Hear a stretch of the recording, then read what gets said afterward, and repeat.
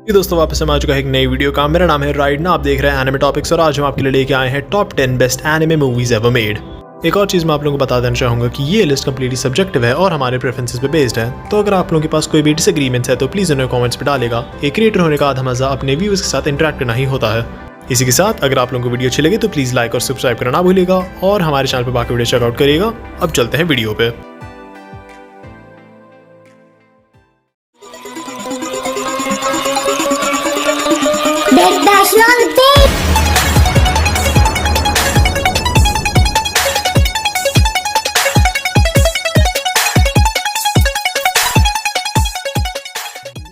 Number 10 पे आ जाता है Josee the tiger and the fish. ये मूवी रिलीज हुई है दिसंबर के 2020 में और इसे एनिमेट करा है स्टूडियो बोन्स ने। इसकी जॉनर है ड्रामा और रोमांस।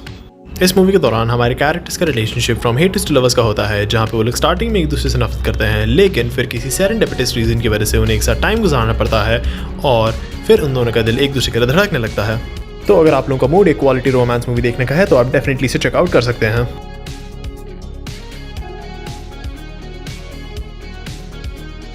नंबर 9 पे आ जाती है घोस्ट इन द शेल, जो रिलीज हुई थी 1995 के नवंबर में। इसे एनिमेट करा है स्टूडियो प्रोडक्शन IG ने और इसकी जॉनर है action, award winning, mystery, cipher और सस्पेंस। मेरी नज़रों में घोस्ट इन द शेल एक एनिमेशन मास्टरपीस है और अगर मेरा बस चलता तो मैं उसे नंबर 1 पे रख सकता था, लेकिन सिंस ये लिस्ट मैंने अकेले नहीं बनाई है इसलिए हमने इसे नंबर 9 पे रखा है। घोस्ट इन द शेल को मैं इतना हाई रिगार्ड में इसलिए रखता हूँ क्योंकि इसे लर्न फर्क पड़ता है कि उसका व्यूअर क्या सोचता है या क्या प्रेफरेंसेस होल्ड करता है। अपनी स्टोरी कन्वे करने के अलावा इस मूवी को किसी चीज़ से घंटा फर्क पड़ता है और जिस तरीके से ये मूवी अपनी स्टोरी कन्वे करती है बस ब्रेथ टेकिंग है। यहाँ पे नॉर्मल एनिमेज आपको कैरेक्टर डायलॉग या कैरेक्टर एक्शंस के थ्रू एक स्टोरी बताएंगे। यहाँ पे जो बैकग्राउंड्स है, जो विजुअल्स है, जो म्यूज़िक है, हर एक चीज़ स्टोरी कन्वे करने में मदद करती है और सिर्फ कैरेक्टर्स और कैरेक्टर्स के एक्शंस पर रिलाई नहीं करती, क्योंकि इसमें आधा घंटा निकल जाएगा, 20 मिनट निकल जाएंगे, 40 मिनट निकल जाएंगे, लेकिन कोई भी कैरेक्टर ऑन स्क्रीन कुछ नहीं कहेगा। ये डेफिनेटली हार्ड टू वॉच है क्योंकि ये एक्सट्रीमली अनकॉम्प्रोमाइजिंग है और इसीलिए मैं इस मूवी को रिस्पेक्ट करता हूँ और इतना हाई रिगार्ड में रखता हूँ।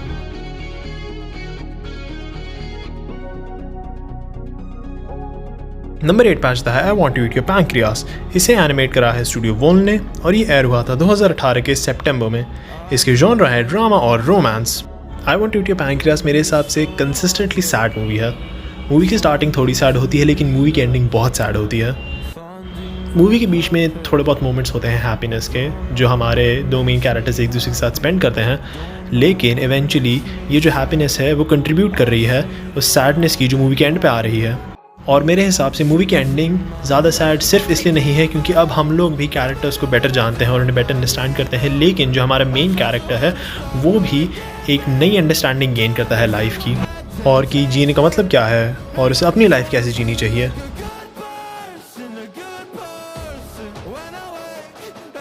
नंबर 7 पे आ जाता है अकीरा। ये एयर हुआ था 1988 के जुलाई में। इसे एनिमेट करा है टोक्यो मूवी शिंसा ने और इसके जॉनर हैं एक्शन, एडवेंचर, हॉरर, साई-फाई और सुपरनैचुरल। पर्सनली मेरे लिए Akira top 5 best anime movies में आती है, लेकिन अगेन ये लिस्ट मैंने अकेले नहीं बनाई है। अकीरा और Ghost in the Shell quality के मामले में मेरे लिए काफ़ी पास में है, लेकिन जहाँ पे घोस्ट इन द शेल अपनी स्टोरी टेलिंग में कम्प्लीटली अनकॉम्प्रोमाइजिंग है, अकीरा सिर्फ आपको एक स्टोरी बताना नहीं चाहता लेकिन आपको स्टोरी की दुनिया का पार्ट बनाना चाहता है। मैं ये तो नहीं कहूँगा कि अकीरा एक फास्ट पेस्ड मूवी है, लेकिन इवेंट्स जिस हद से एस्केलेट करते हैं वो काफ़ी सिग्निफिकेंट है। तो अगर आप लोगों को एक एक्शन, एडवेंचर, साई-फाई मूवी देखने का मन करे, अकीरा एक मस्ट वॉच है।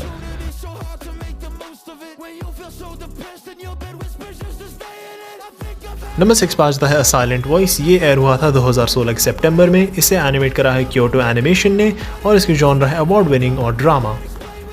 अ साइलेंट वॉइस देखने के बाद मेरे दिमाग में सोच आई थी कि हमें क्यों अच्छाई और बुराई के बीच में चूज़ करना पड़ता है, जबकि कुछ ना करना भी एक चॉइस है।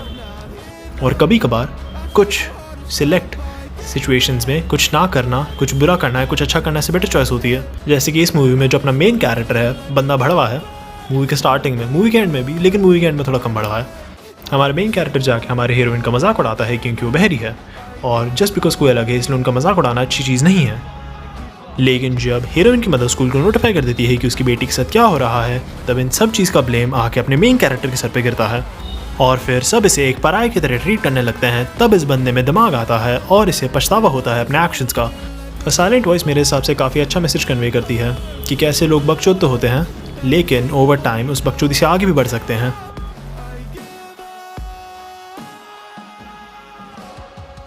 नंबर 5 पे आ जाता है वेदरिंग विथ यू। ये एयर हुआ था 2019 के जुलाई में। इसे एनिमेट करा है कॉमिक्स वेव फिल्म स्टूडियोज़ ने और इसके जॉनर है अवार्ड विनिंग ड्रामा, फैंटेसी और रोमांस।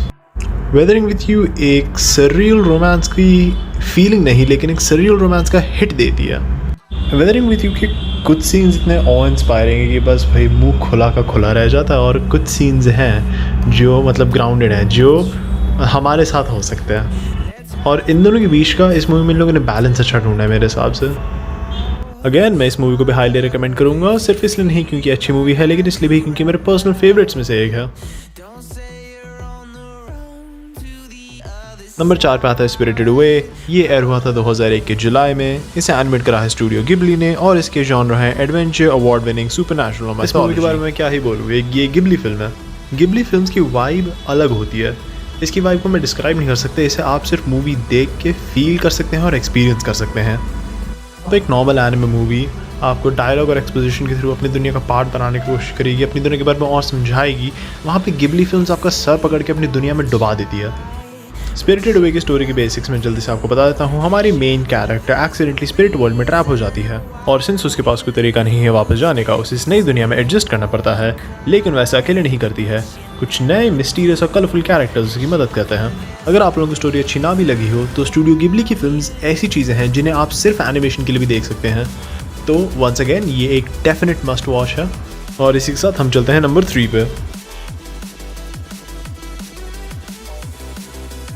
नंबर 3 पे आता है योर नेम। ये एयर हुआ था 2016 के अगस्त में। इसे एनिमेट करा है कॉमिक्स वे फिल्म्स ने और इसके जॉनर है award winning drama, supernatural, romance. Your name definitely एक रोमांटिक ट्रेजेडी है, क्योंकि इस मूवी के दौरान हम लोग इन दो कैरेक्टर्स मिलते हैं जो एक दूसरे के बारे में नई चीज़ें जानते हैं, एक दूसरे के थ्रू अपने सपने पूरे करते हैं और एक दूसरे के इतना करीब हो जाते हैं कि उनके दिल छू जाते हैं, लेकिन उसके बावजूद भी कभी एक दूसरे से मिल नहीं पाते और एक दूसरे का नाम नहीं जान पाते। मेरे लिए एटलीस्ट ये काफ़ी इंटरेस्टिंग मूवी थी और मैं उम्मीद करूँगा कि आपके लिए भी होगी। तो इसी के साथ अब चलते हैं नंबर 2 पे।